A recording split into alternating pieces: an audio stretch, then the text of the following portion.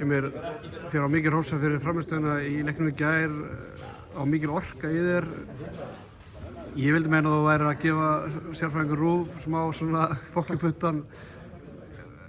Þú mátt ljúga mér en ég vil meina að þetta val hjá Kára og hérna Loga hafi haft einhver áhrif svona í aðdraganda mótsins.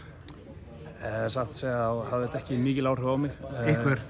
Já, ég meina maður sér þetta og spáir eitthvað í þessu en þú veist, eins og ég sagði bara hérna áður fyrr, eða þessi seinasta viðtali held ég, að bara hver og einn hefur rétt á sinni eigin skoðun og meina það er bara Snorri og hans staff sem að velur hópinn og ef ég er bara með traust þaðan þá er það bara nóg fyrir mér. Þér greinilega líður vel akkurat núna, hvort það sé bara þú persónulega eða hvernig vörnin er einhvern veginn uppbyggð en svona virðist vera hjarta í þessu auðvitað með Elvari og þeim en þú náttúrulega ert einungis í þessu hlutverki basically eins og staðan er núna. Já, það er rétt sér. Þetta er bara mitt hlutverk í liðinu og ég tek því bara, gerir bara eins vel og ég get og það er bara gengið þokkalega hingað til og það með bæta aðeins og laga aðeins. Mér líður bara vel með Elvari hérna í miðjublokkinni og ég veit að ég er líka með gott backup og hvað þá bakverðinir sem ég hjálpa að loka og planið er gott og það er búið að ganga alveg svona þó nokkuð vel fyrir þessu tvo leikina. Alltaf aðrir mótherjar á móti ungurum? Já, þeir eru bæði þarna með einhverjar alvöru skyttur sem eru með þarna vel yfir 2 metrana og svo náttúrulega líka auðvitað línumennir þeirra.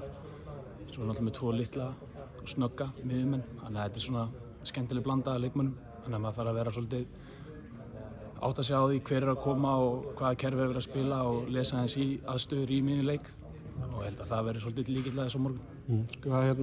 Geturðu lýst því hvernig er að spila fyrir fram þessu áhorfendur hérna í Kríkharstad? Ég hef ekkert eitt orð, þetta er náttúrulega bara, þetta er galið, þú veist, eins og bara þetta moment í gær þegar við fáum hana 2 mínútur og að trompast allt í súkunni og við held ég eigum einhverjar 10 mínútur sem að bara allt gengur og höllum bara á milljón og eftir leik, fyrir leik, þú veist, við erum að lappin í sal, 50 mínútur fyrir leik og þeir eru byrjað að tralla og hafa gaman, sko. Þannig að þetta er ómetanlegt og maður rís yfir þetta. Er þetta að gefa ykkur mikið? Já, miklu meira en, ég held að það sé miklu meira en það sem þið haldið. Það gefur okkur miklu meira, sko. Þetta er alveg ómetanlegt eins og maður segir.